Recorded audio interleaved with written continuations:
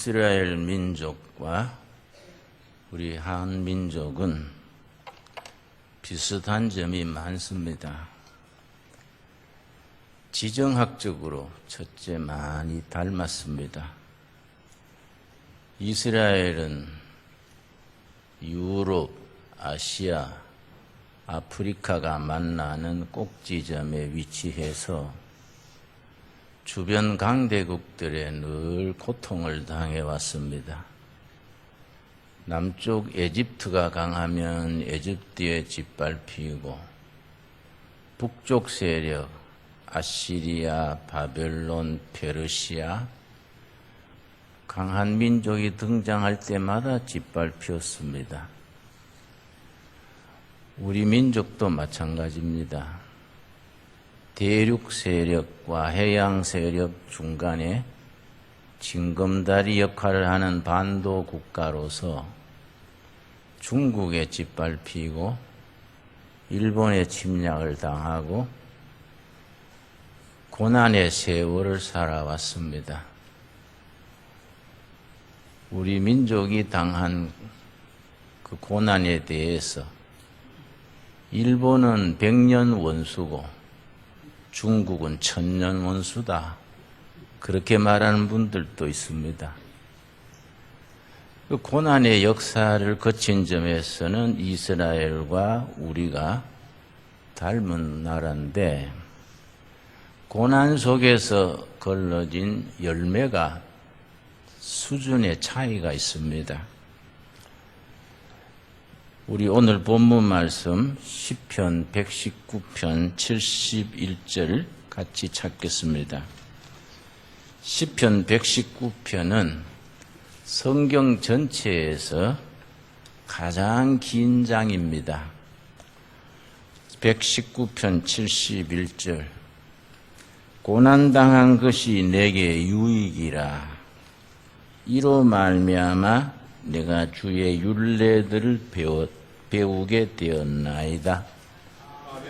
끊임없는 고난의 역사 속에서 유익함을 얻었다. 고난의 세월 속에서 하나님의 법, 율례를 배우게 되었다. 67절도 마찬가지입니다. 시편 119편 67절 고난당하기 전에는 내가 그릇 행하였더니 이제는 주의 말씀을 지키나이다. 고난을 겪기 전에는 헛된 길로 자기 잘난 줄 알고 자기 뜻대로 다 될 줄 알고 그렇게 살았는데 고난의 세월을 거치고 나니까 하나님의 말씀을 지키게 되었습니다. 참 귀한 말씀입니다. 이스라엘의 역사와 우리의 역사가 고난의 역사인 점에서는 같다고 말씀드렸는데 이스라엘 백성들은 고난의 역사 속에서 이사야서를 쓰고 요한계시록을 쓰고 온 인류의 영적인 양식을 주는 위대한 책 성경을 그들은 썼습니다. 우리도 같은 고난의 역사 속에서 그런 온 인류가 누릴 정신적인 영적인 유산을 별로 남기지 못했습니다. 이스라엘 백성들이 이사야서를 읽을 때 우리는 토정비결 읽었습니다. 이스라엘 백성들이 요한계시록을 쓰고 읽을 때 우리는 정감록을 읽었습니다. 여러분, 이사야서와 토정비결이 질적 차이가 있지 않습니까? 내가 12살 때 우리 집안이 토정비결을 읽었습니다. 우리는 모태신앙이어서 어려서부터 그런 건 읽지 않고 믿지 않았는데 재미삼아 우리 식구들이 내 12살 때 토정비결을 1월 달에 읽었더니 나한테 그 해 떨어진 운수가 뭐라고 되어 있냐면은 금년에 아들 낳을 운세로다. 그래서 같이 웃었습니다. 분명히 이사야서와 토정비결은 차이가 있지요. 정감록과 요한계시록은 차이가 나지요. 고난 속에서 어떤 유익을 거두게 되느냐. 그의 민족의 영적 재산입니다. 그러나 그건 지난 일이고 하나님께서 이 시대에 이스라엘 백성들이 과거에 미쳤던 영적인 영향력을 그 복음의 빛을 우리 민족 한국교회를 통하여 세계에 빛나게 하실 줄로 믿습니다. 이사야서 60장 우리 한번 찾겠습니다. 이사야 60장. 나는 이사야 60장 읽을 때마다 가슴이 뿌듯해지고 주먹에 힘이 옵니다. 이사야서 60장 1절 말씀. 일어나라 빛을 발하라. 이는 너 빛이 이르렀고 여호와의 영광이 너 위에 임하였음이니라. 이거는 히브리 말이나 영어 성경에는 명령문으로 되어 있습니다. Rise up, 일어나라. Be shine, 빛을 발해라. 하나님의 영광이 너 위에 머물러 있다. 그러고 15절 말씀. 전에는 너가 버림을 당하며 미움을 당하였으므로 너게로 가는 자가 없었으나 이제는, 옛날에는 너희가 순환의 역사, 부끄러운 역사, 다른 민족을 섬기는 그런 역사를 한때는 지녔지만은 이제는 다르다. 지금은 다르다. 내가 너를 영원한 아름다움과 대대 기쁨이 되게 하리라. 이 시대 한국교회와 우리 동포들을 통해서 이 말씀이 이루어지게 되기를 기대하고 또 믿습니다. 21절입니다. 21절. 이사야서 60장 21절. 너 백성이 다 의롭게 되어. 어떻게 의롭게 됩니까? 공자님이 가르친 상강오륜을 잘 지켜서 의롭게 됩니까? 석가모니가 가르친 해탈을 해서 의롭게 됩니까? 성경은 우리에게 일러줍니다. 믿음으로 의롭게 된다. 하나님의 말씀을 듣고 믿는 자는 하나님이 의롭다고 인정해 주시겠다 했습니다. 너 백성이 다 믿음으로 의롭게 되어 영원히 땅을 차지하리니, 부동산 늘린다는 말이 아닙니다. 설마 그런 생각 안 하시겠지요? 양주의 동두천에 땅을 많이 차지해서 등기를 늘린다는 말이 아니고 미래의 역사를 차지하는 주인이 된다. 그런 말씀입니다. 영원히 땅을 차지하리니 그들은 내가 심은 가지요. 하나님께서 우리를 꺾꽂이로 심었습니다. 봄 되면 나무를 심을 때 씨를 뿌리는 나무가 있고 또 묘목을 심는 나무가 있고 꺾꽂이가 있습니다. 버드나무, 포프라나무, 머루나무 이런 거는 이렇게 그렇게 눈을 살려서 잘라서 꽂으면은 살아납니다. 그걸 꺾꽂이라 그럽니다. 하나님께서 우리를 동두천의 양주에 이 시대에 꺾꽂이를 꽂았다는 겁니다. 여러분, 이런 사연 저런 사연 신광교회가 어려움도 있었다는 말 들었습니다마는 그럼에도 불구하고 하나님께서 양주 동두천 이 지역에 복음의 빛을 발하시기 위해서 하나님이 직접 꽂은 꺾꽂이인 줄로 믿습니다. 그런 사명감을 가져야 합니다. 우리가 보통 사람이 아니다. 보통 교회가 아니다. 하나님이 장래에 쓸모가 있기 때문에 직접 꺾꽂이를 꽂은 나무 같은 교회, 그런 성도들이다. 내가 손으로 만든 것으로서 나의 영광을 나타낼 것이다. 하나님이 직접 손으로 만들었다는 겁니다. 핸드메이드. 하나님이 직접 손으로 만든 수제품입니다. 하나님께서 이 신광교회, 두레교회, 귀한 성도들 하나님이 직접 손으로 만든 핸드메이드 보배 같은 교회, 그런 일꾼들입니다. 그래서 22절이 결론입니다. 그 작은 자가 천을 이루겠고, 히브리어의 천이란 말은 많다는 뜻입니다. 많이 나오면 엄청 많다는 뜻을 가집니다. 지금은 작지만은 천을 이룬다, 크게 된다, 그 뜻입니다.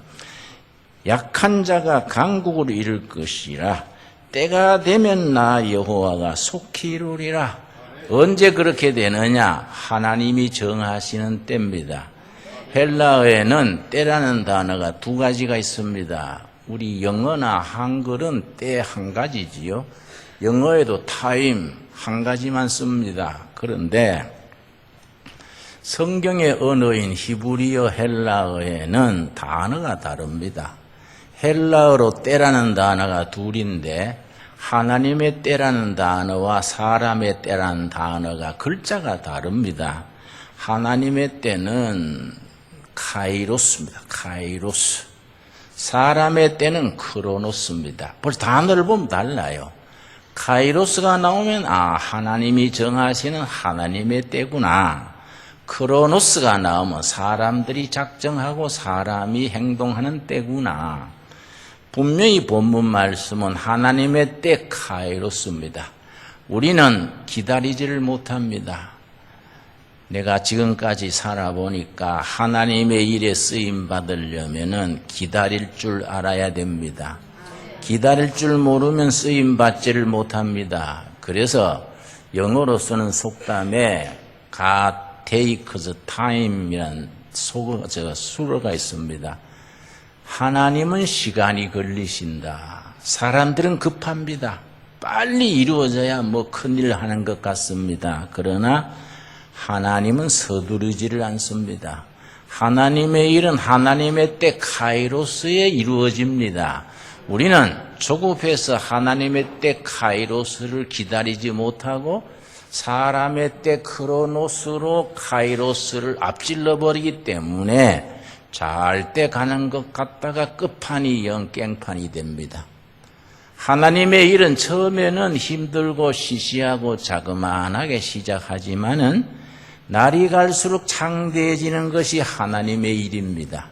사람의 일은 처음에는 빚가번쩍합니다. 큰 잔치가 벌어지는 것 같고 큰 일을 하는 것 같고 양주시 동두천시 다 우리끼다 하고 허파에 바람이 들어서 요란 떱니다. 그러나 세월 속에 김이 다 빠지고 기진맥진해집니다. 여러분, 하나님의 일은 시간이 걸리는 것, 하나님은 서두르지 않으시는 것을 우리가 그걸 알고 살아야 됩니다.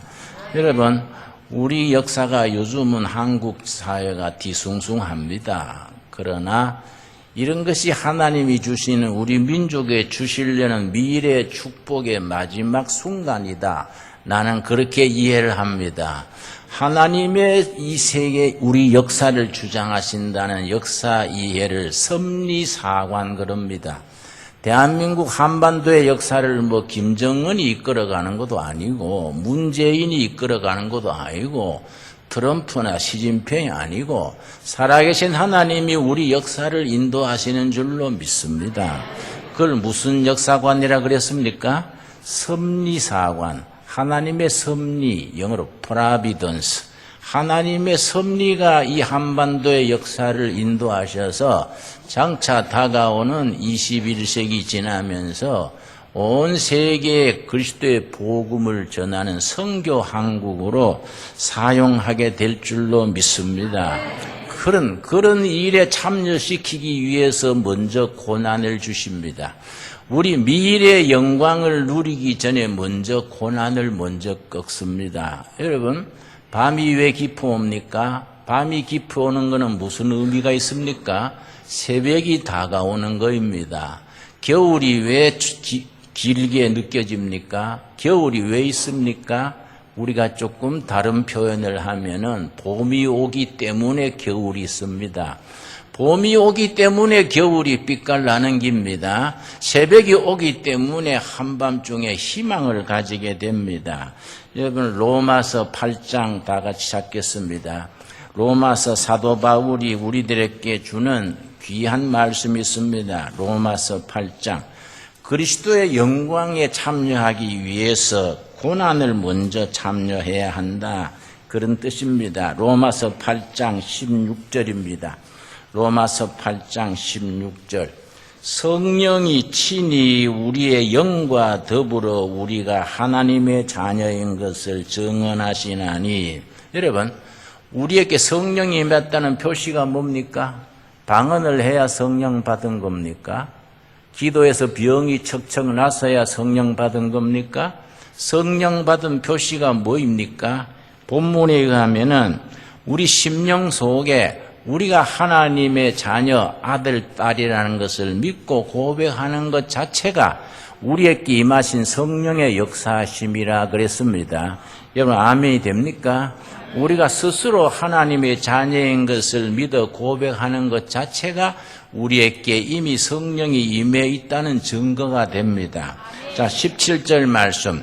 그런 하나님의 자녀이면 또한 상속자, 위대한 상속자입니다. 생각하면 엄청납니다. 온 우주가 얼마나 엄청납니까? 이 엄청난 우주를 우리 큰형님, 큰오빠는 예수님이시고 예수님을 형님으로 오빠로 모시고 우리도 구원받은 성도들은 예수님의 그 항렬에 같이 서서 상속자가 됩니다. 온 우주를 상속받는 하늘의 상속자입니다.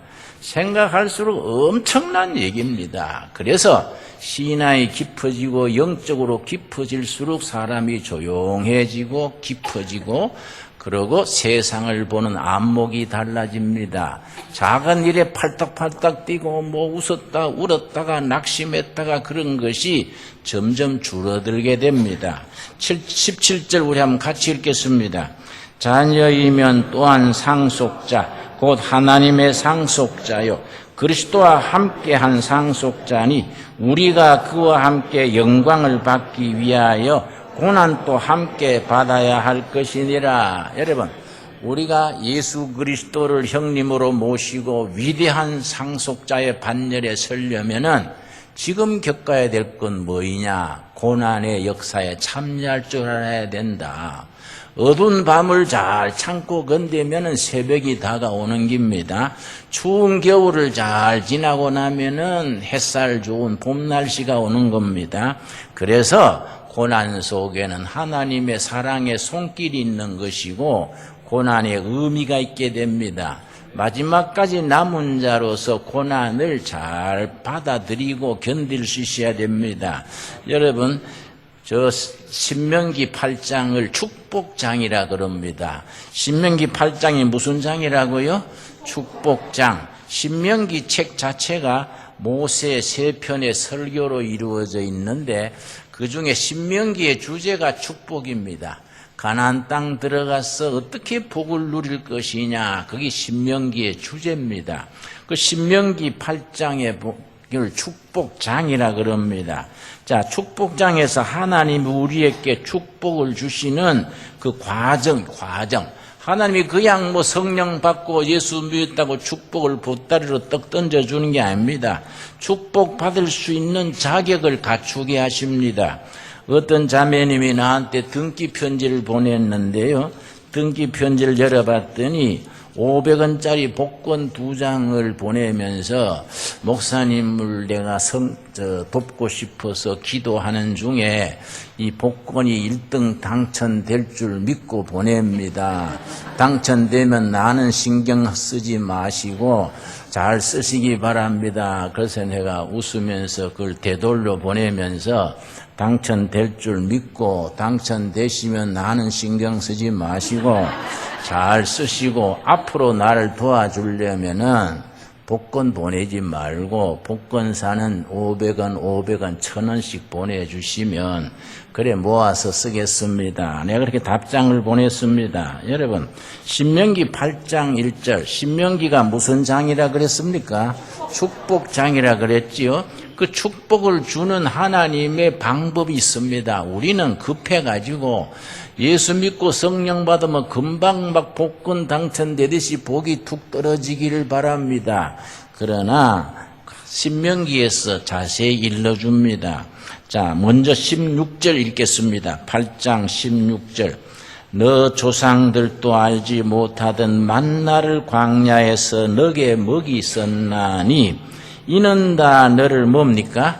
낮추시며, 거기에 줄을 칩시다. 낮추시며 아주 뜻이 깊습니다. 하나님이 실패하게 하는 겁니다. 하나님이 안 되게 하나님이 해방 놓는 겁니다.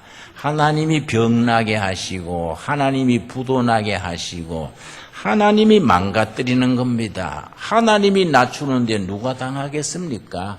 하나님이 우리를 실패하게 하시고 수모당하게 하시고 부끄러움을 당하게 하시는데 누가 거기에 견뎌나겠습니까?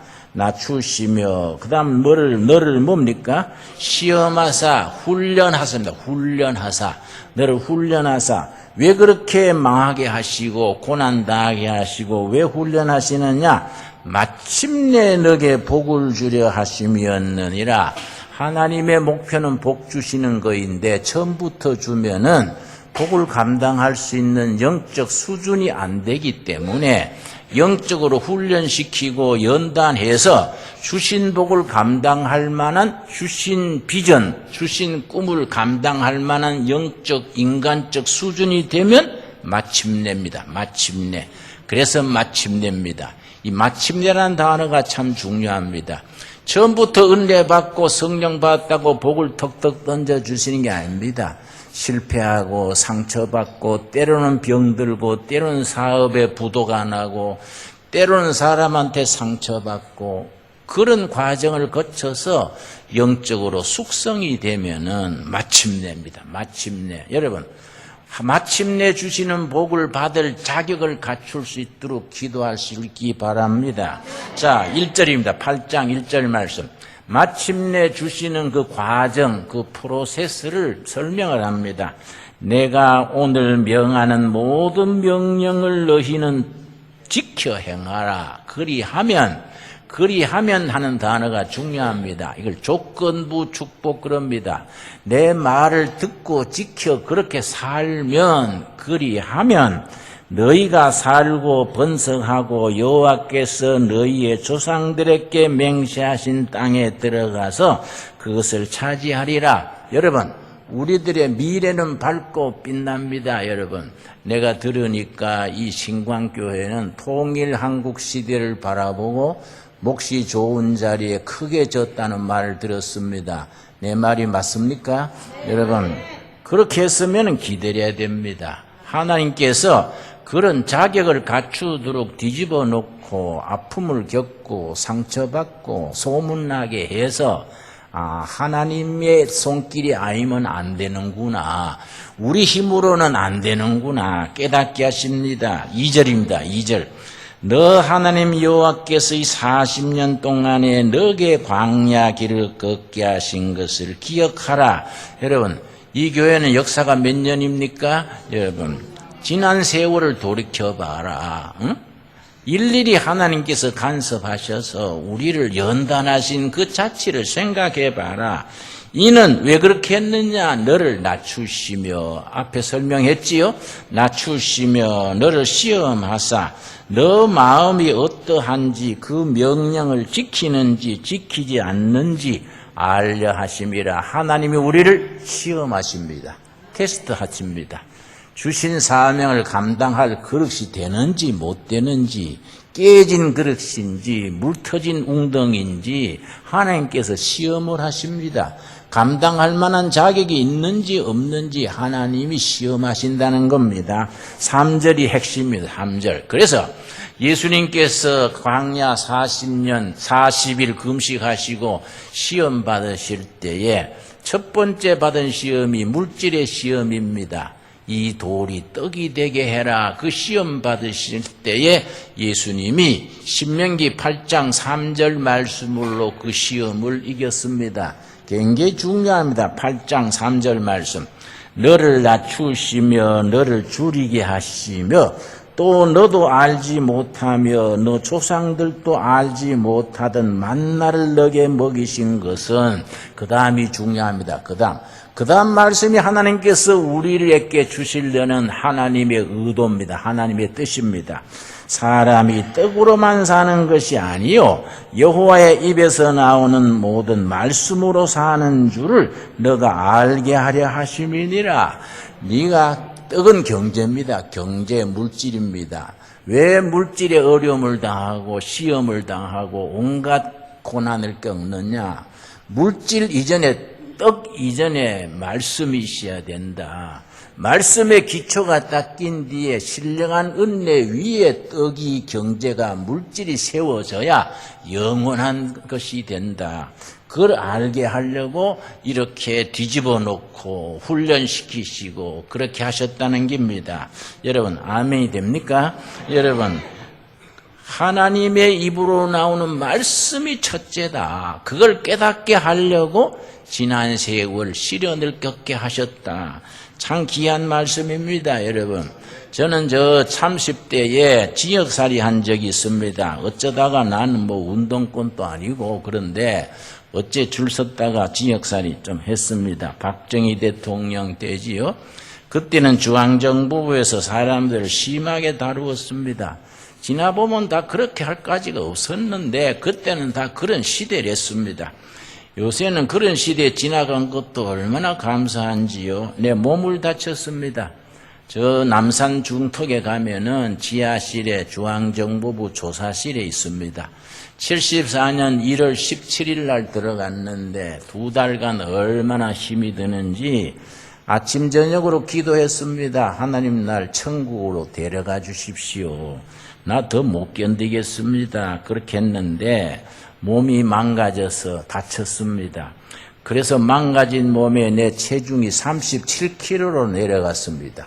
지금 내가 65kg인데요. 37kg면 뭐 엄청 나빠졌지요.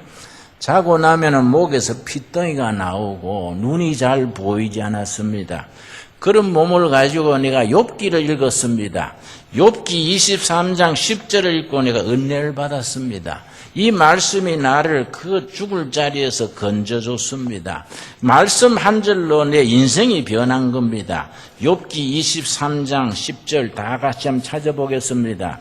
우리 천천히 찾겠습니다. 성경은 빨리 찾으려고 서두르면 책장 찢어지기 쉽고 잘 안 찾깁니다. 욥기 23장 10절입니다. 천천히 왼쪽 옆구리를 다쳐서 손을 옆구리를 잡고 숨을 헐떡이면서 읽었는데 23장 10절을 읽고 말씀을 통해서 성령님께서 내 마음에 용기를 주셨습니다.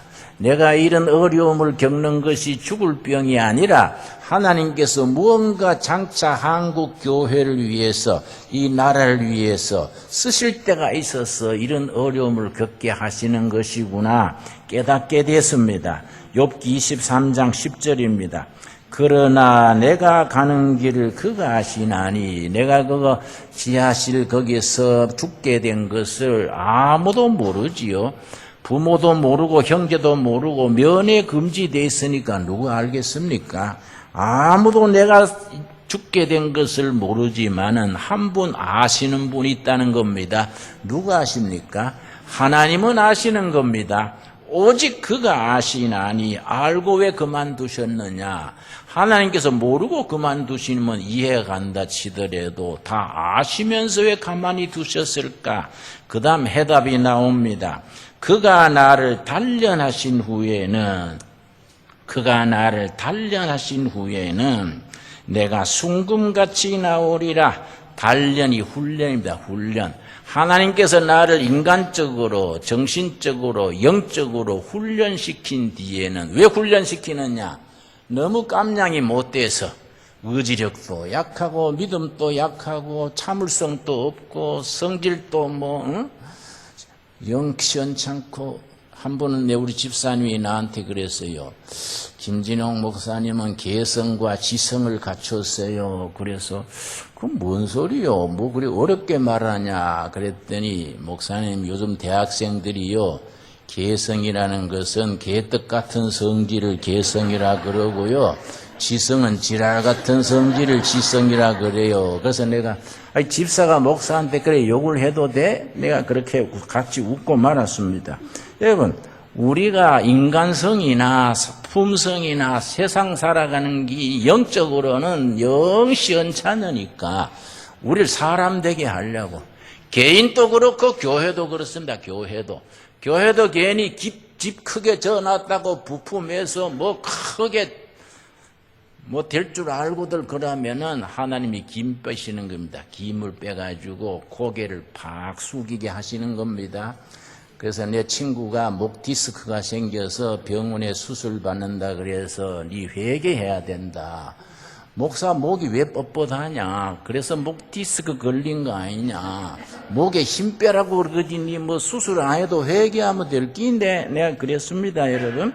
하나님이 우리를 목에 힘 빼고 하나님이 해주셔야 되는 기구나. 그걸 깨닫기 위해서 단련하신다는 겁니다.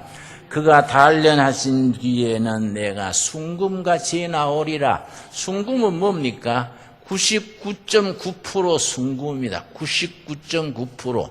그런 순금 같은 인격, 신앙, 그런 뜻을 길러주기 위해서 낮추시고 뒤집어 놓고 수모당하고 실패시키고 훈련시켜서 마침내입니다. 마침내.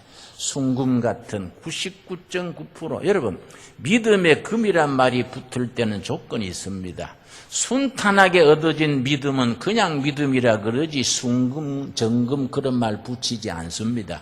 믿음의 금이란 말을 쓸 때는 고통을 겪어서, 밤을 겪어서, 겨울을 겪어서, 그래서 새벽을 맞이하고 봄을 맞이하는 그런 시련을 거쳐서 다져진 믿음을 순금 같은 믿음이라고 말합니다. 여러분, 우리 민족도 그렇습니다. 지금 우리나라가 뭐 망할 듯 막 시끄럽고 요란하지요. 이것이 다 우리 민족으로 한국교회가 순금 같은 믿음의 교회, 앞으로 통일한국 시대에 온 세계 5대양 6대주의 복음 전하는 민족대라는 그 사명을 주시기 전에 우리를 마지막 단련하는 것이다. 나는 그렇게 믿습니다. 그래서 나는 우리나라의 미래에 대해서 굉장히 낙관적입니다. 잘 될 것이다. 요 고비 넘기고 나면은 우리 민족은 탄탄한 통일 한국 시대가 올 것이다. 저는 그렇게 생각합니다. 여러분, 우리 다 같은 믿음으로 같은 비전을 가질 수 있게 되기 바랍니다. 여러분, 욥기 23장 10절 우리 한번 같이 읽겠습니다. 그러나 내가 가는 길을 그가 아시나니 그가 나를 단련하신 후에는 내가 순금같이 되어 나오리라. 이 말씀 읽고 내가 용기를 얻었습니다. 지금 내가 죽을 병이 아니라 하나님이 나를 순금 같은 사람으로 훈련시키시는구나. 그래서 그 지역사례나 하루 30분씩 운동 시간이 있습니다. 이 말씀 읽기 전에는 꿈직이면 옆구리가 아프니까 교도관이 내 재수 번호가 73번 이랬습니다. 73분 운동 시간이요. 그러면 내가 꿈직이면 아프니까 고개를 젓고 안 나갔습니다. 이 말씀 읽고 내가 힘을 얻은 뒤에는 내가 교도관을 불렀습니다. 교도관님, 나 운동 나갈라요. 73분 웬일이요? 나가가지고 옆구리 움켜쥐고 30분간 마당을 뛰었습니다. 그냥 뛰는 게 아니라 욥기 23장 10절 말씀. 그러나 내가 가는 길을 오직 그가 아시나니 그가 나를 단련하신 후에는 내가 정금같이 나오리라. 아멘 하면서 그렇게 말씀을 외우면서 뛰었습니다. 뛰다가 보니까 담 밑에 채소밭이 있어서 내가 참 채소가 필요하지요. 소금국에 콩밥만 주니까 그거 뭐 얼마나 채소가 먹고 싶겠습니까? 그래서 내가 교도관한테 맨날 소금국만 주지 말고 채소 좀 주시오. 그 사람이 견뎌야지. 눈이 잘 안 보이고 다리가 후들거리는 게 이게 채소를 못 먹을 것 같은데 좀 주시오. 그랬더니 집에 가서 먹어. 잘해주면 또 돌아서 안 돼. 그래서 아따 너무하요. 그랬는데 담 밑에 채소가 있길래 뛰어갔습니다. 가서 보니까 채소가 아니고 토끼풀이요. 크로바. 그걸 보고 내가 토끼가 먹고 사는 거니까 사람도 먹어도 안 되겠냐. 그냥 그걸 한 주먹씩 뜯어서 씹으면서 뛰었습니다. 토끼풀 씹으면서 내가 가는 길을 오직 그가 아시나니 그가 나를 단련하신 후에는 순금같이 되어 나오리라. 훨씬 숨쉬기가 좋고 눈이 뜨이더라고요. 여러분, 하나님께서 우리에게 사명을 주시기 전에 먼저 연단하시는 기간이 있습니다. 하나님께서 우리를 쓰시기 전에 먼저 어두운 밤을 지나서 새벽이 오게 하십니다. 여러분, 우리가 한 마음으로 하나님이 우리를 통하여 이루시고자 하시는 하나님의 뜻을 우리가 온몸으로 받아들일 수 있게 되기를 바랍니다.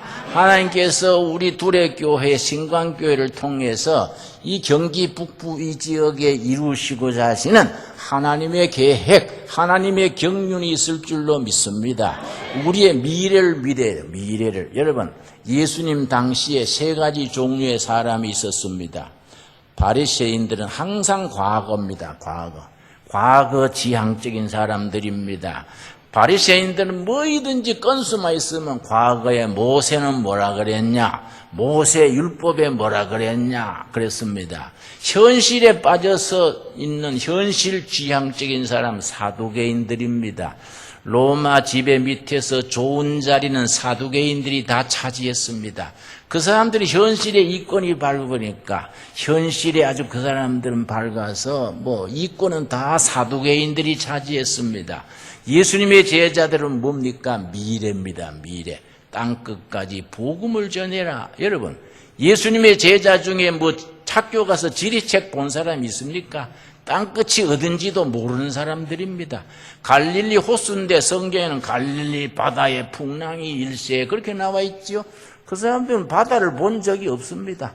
그래서 갈릴리 바다의 풍랑이 일세. 여러분, 예수님의 제자들 중에 땅끝이 어딘지 아무도 몰랐습니다. 그러나 예수님은 땅끝까지 복음을 전해라. 미래입니다. 미래. 여러분, 우리는 미래를 향해 살아갑니다. 우리의 미래가 어디까지 갑니까? 천국까지 가는 겁니다. 우리의 미래는 천국으로 이어집니다. 얼마나 위대한 미래입니까? 예수님을 이어서 우리는 위대한 우주의 상속자가 됩니다. 얼마나 놀라운 신분입니까? 그런 미래의 위대한 꿈을 함께 꾸고 함께 비전을 가지고 우리가 양주시, 동두천시, 의정부시, 저 포천까지 하나님이 우리에게 맡기신 교구다. 우리가 그런 확신을 가지고 임해야 됩니다. 하나님께서 이 지역의 영혼을 우리에게 맡기셨다. 그 사명을 감당하면 빚이 문제입니까? 하나님이 돈이 없습니까? 하나님이 가난배입니까? 여러분, 믿음입니다. 믿음. 네 믿음대로 될지어다 그랬습니다. 네 입을 크게 벌리고 큰 믿음을 가지라 그랬습니다. 큰 믿음은 크게 주시고 적은 믿음은 적게 주십니다. 여러분, 기독교 서점에 가면은 이런 책이 있습니다. 영어 번역 영문책을 번역했는데요. 하나님을 제한하지 말아라. 그런 책이 있습니다. 하나님의 능력을 우리의 믿음이 작아서 쪼그라뜨리는 겁니다. 하나님이 요만큼 하시겠지. 내 수준대로 하나님을 오그라뜨리는 겁니다. 내 수준만큼 하나님을 낮추는 겁니다. 하나님을 우리의 믿음이 적은 것 때문에 가두지 말라는 겁니다. 무한하신 하나님의 능력을 우리의 작은 그릇 때문에 가두지 말라는 말입니다. 여러분, 우리가 다 그런 믿음, 큰 믿음을 가지고 입을 크게 벌려서 크게 부르짖어서 하나님의 하시는 일을 우리가 삶으로 미래로 보여줄 수 있는 우리가 될 수 있기 바랍니다. 기도하겠습니다. 하나님 감사합니다. 우리 신강교회를 이루시고 이 양주 땅에 하나님이 손수 꺾은 가지로 심으셨습니다. 손으로 만든 작품으로 이루셨습니다. 주님께서 이 귀한 성도들 마지막까지 교회를 지키는 남은 자들을 통하여 영광받아 주시옵소서.